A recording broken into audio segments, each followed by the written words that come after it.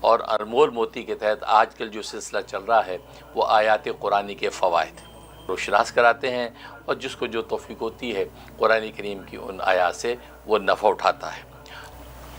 جہاں تک پہلی آیت کا تعلق ہے سورۃ دخان کی، تو یہ سورۃ دخان کی 1 سے لے کے 3 نمبر آیت تک ہے۔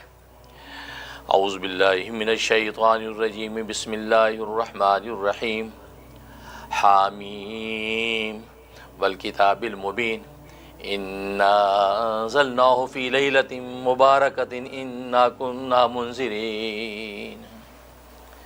حامیم یہ حروف مقطعات میں سے ہے، اس کا ترجمہ اللہ و رسول عالم، اللہ اس کے رسول ہی بہتر جانتے ہیں۔ حامیم، اس کتاب روشن کی قسم کہ ہم نے اس کو مبارک رات میں نازل فرمایا، اور ہم تو محض ڈرانے والے ہیں، یعنی ہم تو محض رستہ دکھانے والے ہیں، یہ آیت ہے۔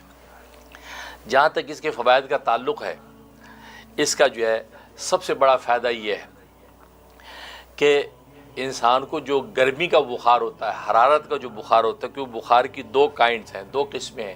ایک ٹھنڈ کا بخار ہوتا ہے جو نمونیا وغیرہ کہلاتا ہے، ایک گرمی کا بخار ہوتا ہے۔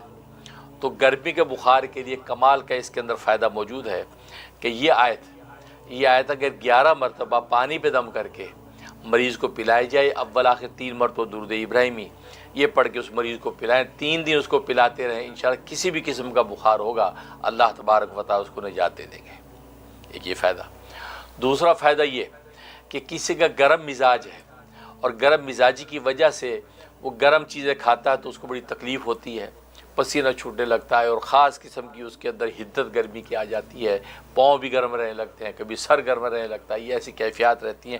تو کوئی اس کے مزاج کے اندر خاص قسم کی گرمی ہے، اس کے لیے کمال کا فائدہ ہے۔ دل پہ ہاتھ رکھ کے یہی آیت 11 مرتبہ تلاوت کیا کرے، روزانہ کسی بھی نماز کے بعد جو ہے دل پہ ہاتھ رکھ کے 11 مرتبہ پڑھے، اور پڑھ کے اپنے اوپر پھونک دیا کرے۔ اس کا فائدہ یہ ہوگا کہ اس کے مزاج کے اندر جو حدت ہے، جو یعنی اعتدال سے زیادہ ہے، تو وہ نقطہ اعتدال پر آ جائے گی۔ جیسے یہی ہے کہ اس کو خاص قسم کی گرمی ہے، لیٹ رہا ہے تو پاؤں گرم ہو رہے ہیں، پاؤں کی گرمی، کبھی سر گرم ہو رہا ہے، کبھی بدن کے اندر حدت ہے، وہ کیفیت ختم ہو جائے گی۔ 41 دن پابندی سے یہ کر لے، انشاءاللہ اللہ تبارک و تعالیٰ اس کو نفع دیں گے۔